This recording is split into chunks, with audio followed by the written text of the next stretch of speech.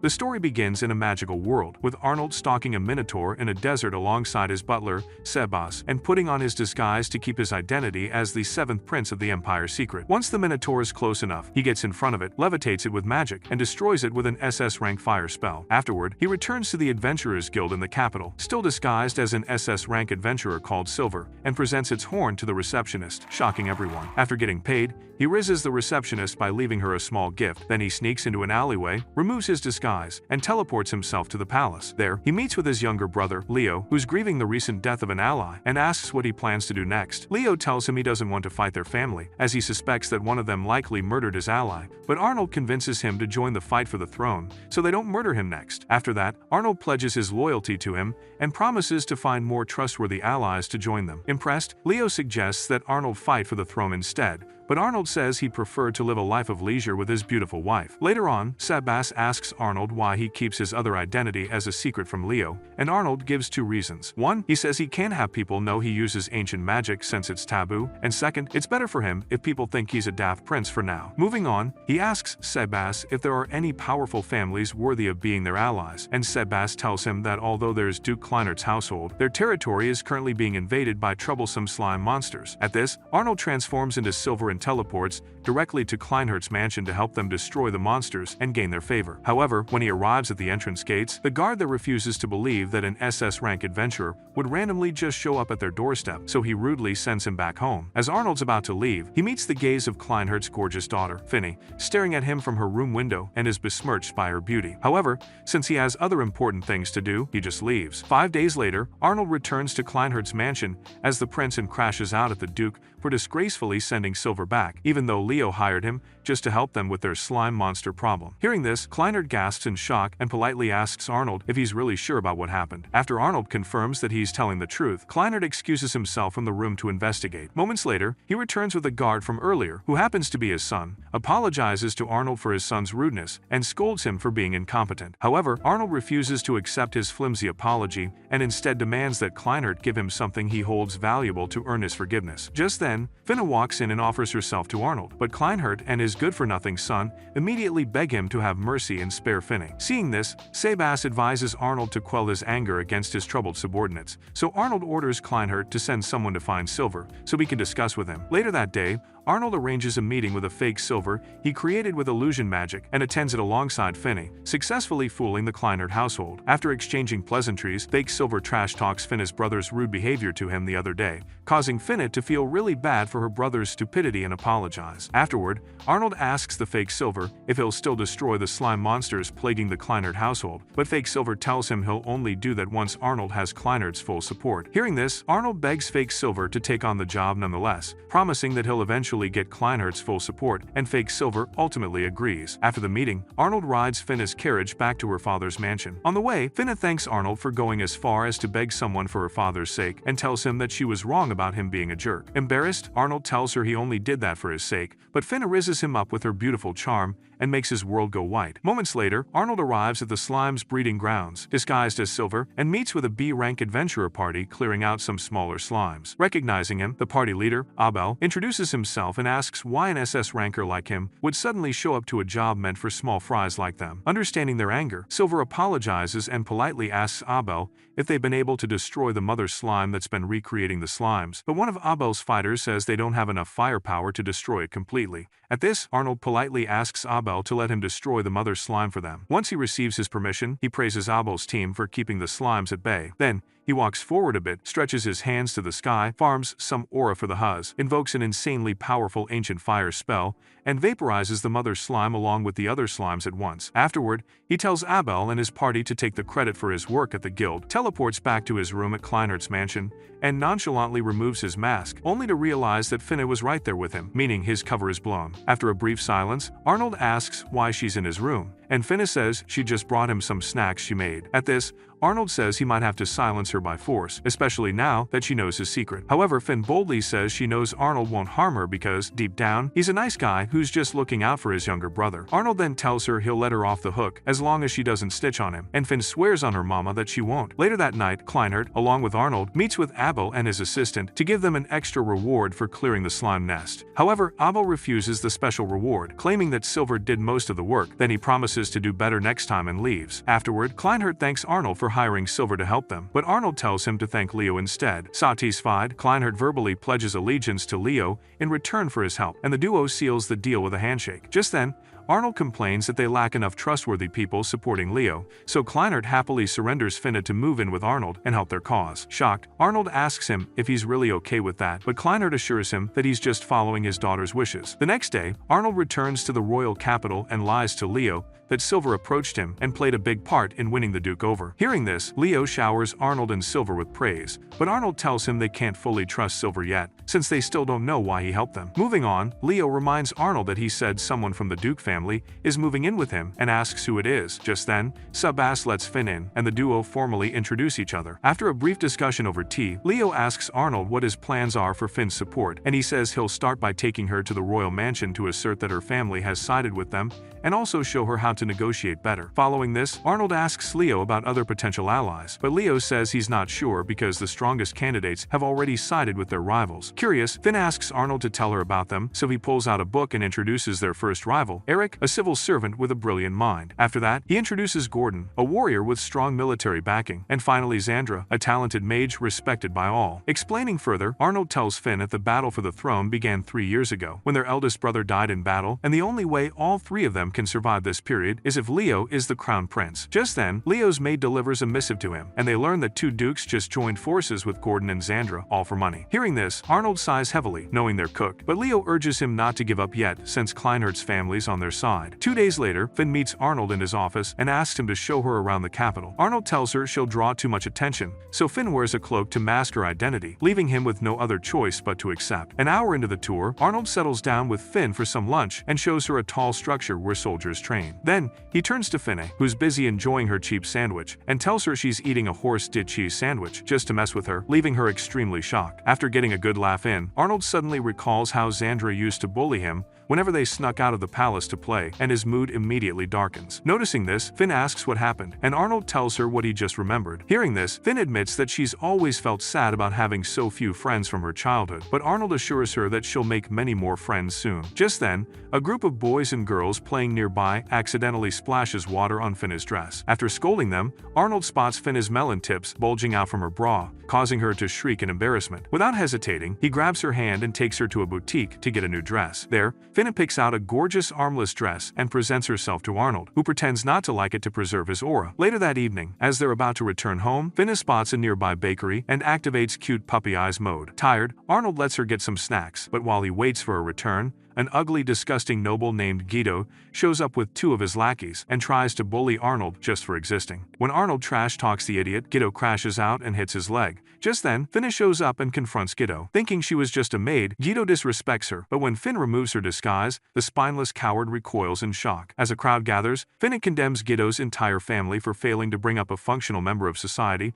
sending shivers down his spine. Then, she reveals to everyone there that she's traveling with Leo, not Arnold, and for some reason, Arnold plays along. Seeing this, Guido nearly pisses himself as he stutters his response, but Arnold, cosplaying as Leo, tells him he won't get punished and urges him to leave. Afterwards, Arnold scolds Finna, telling her that her little stunt just now would make working in secret much harder for him now. Devastated, Finn apologizes for her actions, but Arnold thanks her nonetheless for standing up for him. Hearing this, Finna's mood brightens as she asks Arnold to show her around the capital sometime soon, and Arnold agrees. A few days later, the Emperor, Johannes, invites all his offspring to a senior ministers' meeting. After having his chancellor hail them all, including Leo and Arnold, Johannes thanks them for attending the meeting. However, as he's about to begin, Gordon bluntly tells him that he's ready to go to war on his command, and Xandra calls him a meathead with room temperature IQ. Pissed, Gordon tells her about a warrior's honor and swears to teach her a lesson. But before anything happens, Eric speaks up and urges Johannes to forgive his siblings. After a good laugh, Johannes tells everyone he wants them to compete against one another in an age-old festival called the Knights' Festival of the Hunt, which ended decades ago and which he now plans to revive, leaving everyone in shock. To confirm, Eric asks his father if he's referring to the festival where Imperial guards compete to hunt the largest, rarest monsters, and the Chancellor assures them that it is. At this, Eric asks if the Adventurers Guild will approve of his decision, and Johannes promises that they've already gotten their permission. Moving on, Gordon tells Johannes that he expects a reward for the competition's winner. When Johannes asks what he'd like the reward to be, Gordon says he'd love for the winner to be named the Crown Prince. Amused, Johannes chuckles and tells him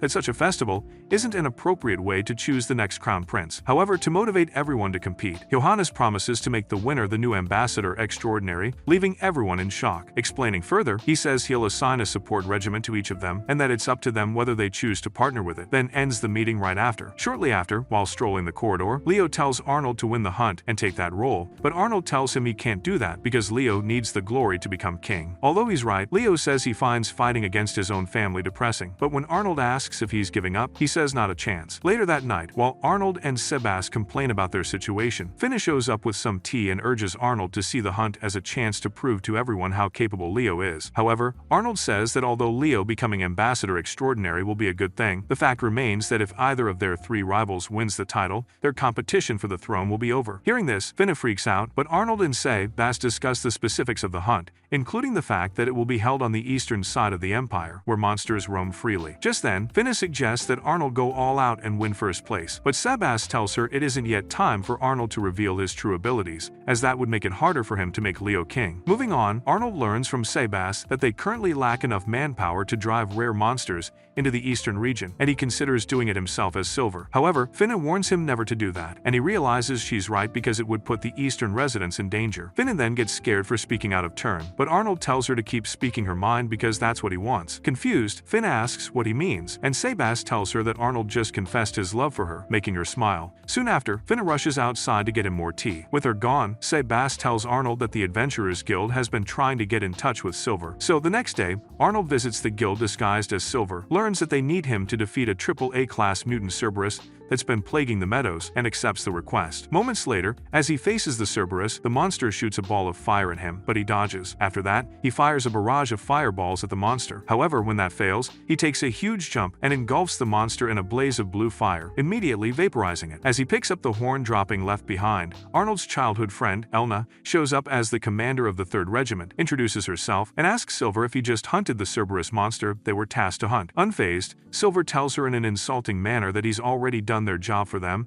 and this pisses Elna so much that she starts trying to piss him off, too. She insults his pride and supposed background. However, Silver trash talks her entire noble family, further pissing her off, claims that he defeated the Cerberus as requested by the guild, and reminds Elna that she would be committing a crime if she tried to interfere in a sanctioned guild mission. Embarrassed, Elna tries to defend her intentions, but one of her subordinates advises they just let this go, causing her to leave in annoyance. Afterward, Silver praises himself for finally getting a chance to mess with his childhood bully for his clout, only for him to realize how stupid he is for making an enemy of her. A few days later, while Arnold and Sebas wait for their regiment commander to show up, Arnold starts to get cold feet as he prays for anyone but Elna. Sebas then reminds him that Elna's a prodigy, who's currently the strongest knight in their town and will be a great addition to their team, but Arnold tells him she has a terrible personality and fearfully narrates how she used to bully him when he was younger. Unfortunately for him, as he finishes his story, Elna walks in, and Arnold immediately freaks out, begging Sebas to call the knights. While Sebas ignores him, Elna approaches his table and presents herself as his support regiment commander. Scared for his life, Arnold asks if she's joking, but Elna assures him she's not and starts trash-talking him for being nicknamed the Insipid Prince. After that, Arnold asks why she's there again, and she says she specifically asked the Emperor to make her his support regiment commander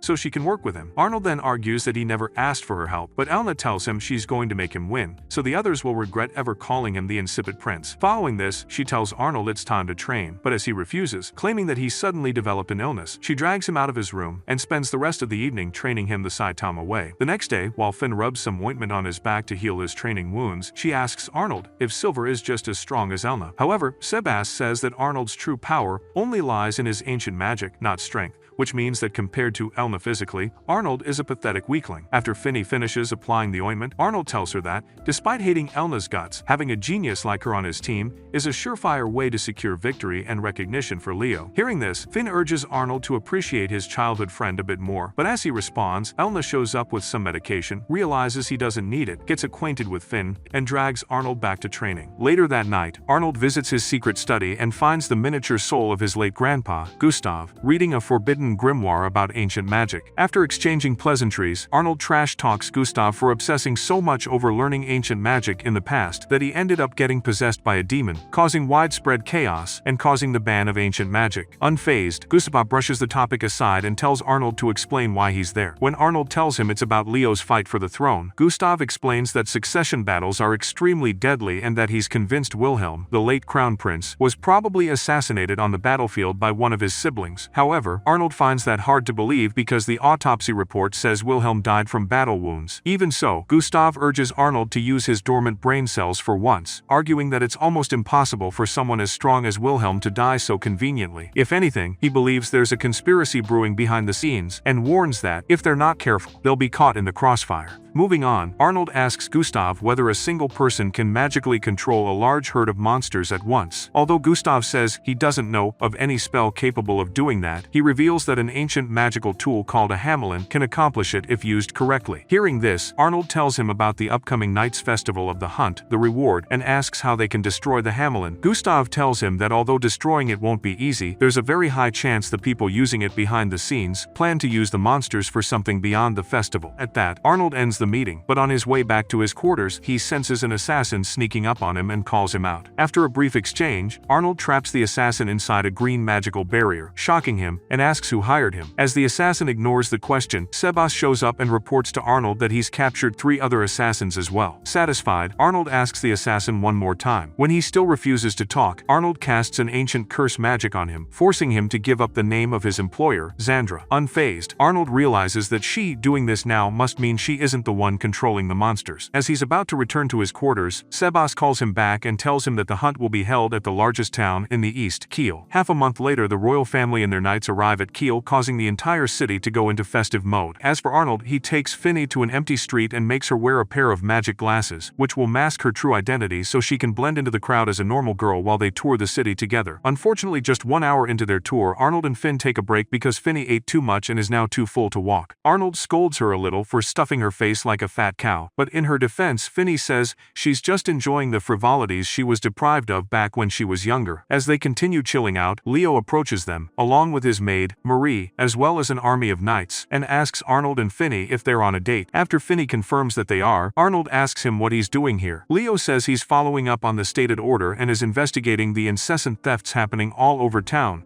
alongside his regiment. Just then, Finny spots 2 white squirrel creatures called blets playing around her feet and pets them. Seeing this, Leo and Arnold immediately remember that these little creatures live on the western part of the continent, which begs the question, why are they on the eastern part? While they figure that out, the blets get into Finny's dress and caress all her sensitive spots, causing her to make little embarrassing sounds of pleasure. After dealing with Finny, one of the blets runs into Marie's dress, causing the same reaction, while the other steals Finny's hairpiece, which was gifted to her by the Emperor, and runs away with his other buddies. After the incident, Arnold tells everyone that the thieves are using the blets to steal expensive jewelry, causing Finny to realize that her hairpiece is gone. To avoid making a big deal out of this, Leo leaves with Marie to investigate on their own, while Arnold and Finny explore an alleyway for clues. There, Arnold tells Finny that the people controlling the blets are only using them to steal jewelry. The real trick is training them to bring things back from a far distance. Since they can't risk getting too close to the crime scene, Arnold figures they must be using some sort of gimmick to manipulate the blets. Before long, he spots a phonostone that emits female blet calls at regular intervals, guiding the males to a specific destination. After analyzing it, he realizes the male blets have been tricked into thinking they're stealing the jewelry as gifts for their mates. Pissed, Arnold and Finny find more phonostones and track another blet to a strange house in the western part of the city. After confirming it's the thieves' hideout, Arnold disguises himself as Leo, approaches 2 random knights, and relays the information to them. While they rush off to arrest the thieves, Finny feels a little sad that Arnold is letting the public give Leo all the credit for what he did, but Arnold assures her that it's for the best. With the band of thieves arrested, Arnold disguises himself as Leo again, visits the investigation room, and convinces the 2 guards watching over the stolen items to let Finny get her hairpiece back. Once they let him do that, he bribes them with some booze money and has Finny order them to release the male blets back to the wild. Later that evening, while they stroll back to their quarters, Finny thanks Arnold for always going out of his way to help her, and swears always to remember how great and capable he is. Satisfied, Arnold says he'll be counting on her, but then Finny suddenly starts yapping about writing a book about his bravado one day. As Arnold tries telling her not to, the duo suddenly hears Elna nearby, scolding 2 drunkards to stop fighting and hold hands. For some reason, the drunkards refuse to listen to Elna and even tell her to get lost. Pissed, Elna knocks some sense into them to teach them a lesson and commands them to kiss and make up that instant. To avoid getting involved, Arnold leaves immediately and tells Finny that they'll continue exploring the other other shops until nightfall. A few nights later, one of Johannes's princes, Carlos, meets up with two vampires, who surrender the Hamelin to him so he can protect the emperor during the Monster Hunt festival, while they carry out their own agenda. The next day, before the festival begins, Johannes's chancellor gathers all of the emperor's sons and daughters to brief them on the rules of engagement. He explains that the magic bracelets they're wearing are meant to prevent members of their regiments from straying too far from their squads and hunting monsters on their own. If a knight moves more than 1 kilometer away from their regiment commander, the bracelet breaks, and that party is disqualified. Hearing this, Leo asks to confirm if their youngest siblings, Krista and Rupert, will be staying out of the hunt, and the chancellor assures him that he's right. After the meeting, Arnold finds Krista in the hallway, looking bothered, and asks if she's seen the future again. Scared, Krista tells him lots of monsters are coming to their town, and Arnold thanks her for making his work easier before taking her to his room. There, he introduces her to Finney and asks Finney if she can keep Krista company until he's back. At first, Krista refuses to let her brother go, but after snacking on one of Finn's treats, she instantly accepts Finn. A few hours later, the festival begins and the participants aura farm as they march out of the capital in style. A few hours into the event, Johannes finds out that although each unit is making modest progress, Arnold's party seems to be in an overwhelming lead, which strikes him as odd. Apparently, what he didn't know was that Elna is in Hulk mode, taking on and slaughtering multiple AAA-class bloodhounds like their level 1 mafia grunts. After easily destroying 32 of them, she reports into control and immediately tries to continue the hunt. However, Arnold convinces her to call it a day, claiming that they still need to take the first day easy, and they all head to the nearest town. Later that night, Elna barges into Arnold's room without warning, and Arnold scolds her for it. Afterwards, she catches him looking at her nearly non-existent melons and threatens to punish him with another round of harsh training. After calling her bluff, Arnold asks what she thinks of him, and she admits that she wishes he would stop making a fool of himself. Hearing this, Arnold proudly tells her he's perfectly fine with his infamous stupidity. Even so, Elna assures him that he'd be much stronger than all his competitors combined if he at least tried to participate in the hunt and earn some glories. At this point, Arnold just smiles, tells her he's fine the way he is, and warns her to stay away from him after the festival, because one of his siblings tried to assassinate him after learning that the genius Elna would be on his team and make him stronger. Shocked, Elna apologizes for supporting him, but Arnold tells her not to sweat it. On day 2, Arnold overhears Elna wondering how Prince Carlos placed to first place in the competition and instantly realizes that the simpleton is the one with the Hamelin. As he tries to figure out who's manipulating Carlos, an earthquake occurs, and Elna soon learns that a stampede of monsters is heading towards Kiel. Curious, Arnold asks Elna if Kiel's garrison can hold them off, but she responds that they can't because the town currently lacks manpower. At this, Arnold asks Elna and the rest of the guards if they can protect Kiel for him, and they all swear to do so, even if it costs them their lives. With time running out, Arnold makes Elna and the entire regiment swear by their swords that they will not die in this mission. Then he destroys his bracelet to disqualify himself from the tournament, shocking Elna, explains that he did it willingly and urges her to tell Johannes that he destroyed it by accident. After that, Elna and her squad roll out, and Arnold disguises himself as Silver to begin his furtive activities. Meanwhile, Johannes fights alongside his knights outside Kiel's gates and single-handedly slaughters over 100 monsters. Right after destroying the first wave of monsters, the vampires Carlos struck a deal with, Sam and Dean, both show up, and Johannes immediately recognizes them as the vampires who were banished by their own kind for their callous deeds before being placed under a rank S bounty by the guild. Though impressed, Sam and Dean express their disgust at the disrespect from the guild and swear to take revenge against Johannes for his predecessor's decisions. Johannes then asks them if the monsters' outburst is also their doing, but when Sam and Dean refuse to tell him the whole truth, he confronts them, telling them to try fighting him if they dare. At this, Dean cooks up a knockoff tailed beast bomb and shoots it at Johannes, but Elna blocks it at the last minute and explains the whole situation to him.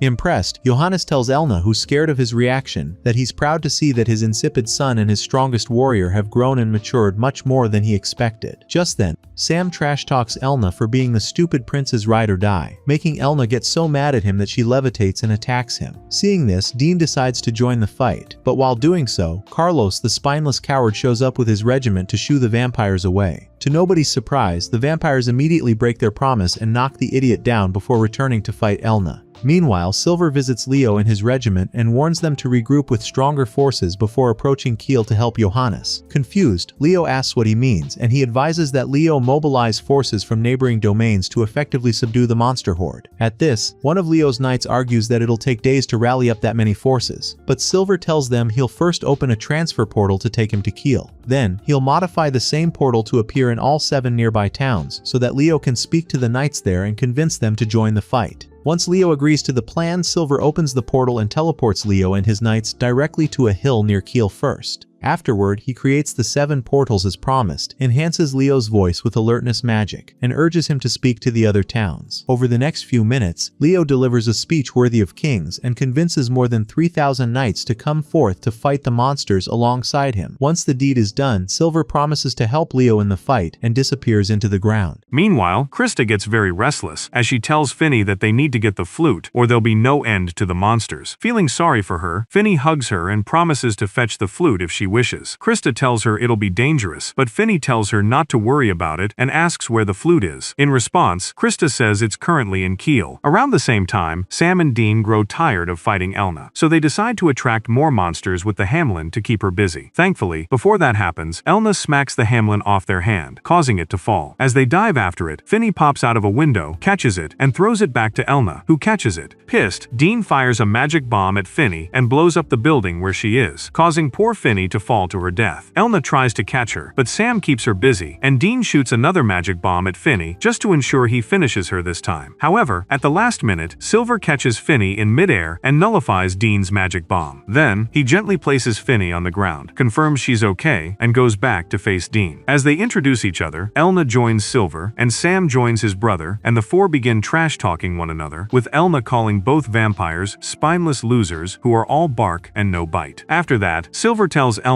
to back down and let him handle them, but Elna refuses and threatens to cut him down if he ever tries to get in her way. Seeing this, Sam and Dean praise Silver for at least trying to match up to them, but Silver promises them they're at a complete disadvantage. Just then, the second wave of monsters shows up, and the vampires mock Silver for not being able to stop them. As Silver gives them some noble response about saving the people, Leo suddenly arrives on the battlefield and charges directly toward the monster horde with his army. While Johannes also charges into battle, Elna tells Silver to fight Dean while she fights Sam, and Silver agrees. At this, Sam attacks Elna, while Dean shoots several magic bombs at Silver. After Silver blocks the attack, he tries to counterattack, but Dean easily dodges and knocks him to the ground. Seeing this, Elna runs her dirty, loud mouth and calls Silver a lame coward who's all talk. But the moment Dean starts trash-talking him, Silver switches to offense and casts a super-wide healing shield around the entire town. Following that, he casts another shield, which he calls the Curse Barrier, and binds both Sam, Dean, and even the monsters in green magic chains. As he aura farms and LARPs, Elna suddenly screams at Silver to stop his chains from trying to bind her too. After dispelling them, Silver says the chains only followed her because they sensed she hated him, but when Elna refuses to agree, he calls her a hard-headed tomboy with half a brain cell, leaving her speechless. After that, Silver faces the two pissed vampires and asks for their last words. Scared, the vampire brothers promise to reward him if he lets them go, but as Silver tells them they're past the point of no return, Elna shows up and tells Silver she'll wipe them out with the holy sword now. Shocked, Silver reminds her that she might destroy the town if she does this, but Elna assures him not to worry because she's a genius. Having said that, she raises her hands to the heavens, recites an incantation, and summons the legendary golden holy sword, Aurora, from a white portal in the sky.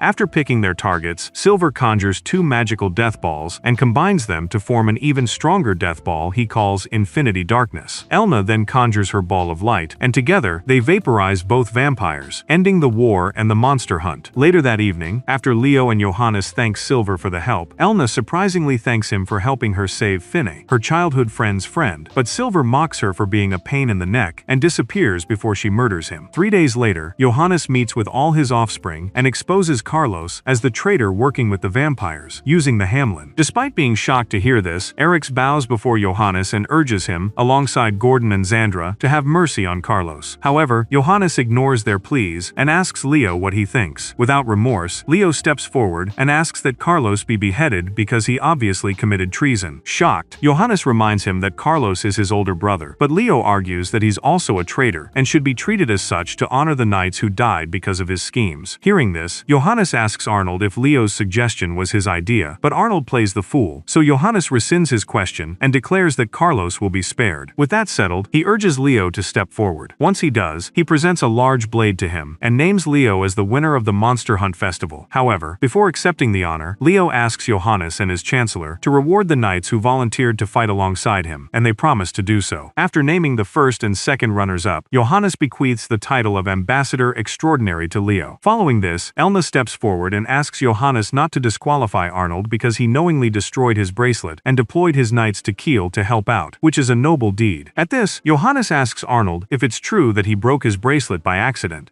Once Arnold confirms that it's true, Johannes keeps his disqualification status but still recognizes the implications of his error and appoints him as Lieutenant Ambassador Extraordinary. Shocked, Arnold reminds his father that he's the same incompetent, insipid prince, but Johannes tells him to take this job and prove to everyone that he has a backbone, then dismisses the meeting. Afterwards, Arnold spends his afternoon sulking about his ruined plans in his room until Finny serves him some soothing tea to cool off. While drinking it, he thanks her for everything she does for him and urges her not to put herself in so much danger. Although Finny acknowledges he's right, she still thanks him for coming to her aid and serves him so much more tea that he falls asleep almost immediately. Seeing this, Finny sits next to him, recalls the day he gave her the blue hairpiece she currently has on during a function to calm her down, and thanks the stars that he's still the same warm, kind prince she fell in love with back then. After that, she touches his hand, kisses his cheek, and cringes really hard when she realizes what just happened. A month later, Leo and Arnold meet with Kirsta and their mother,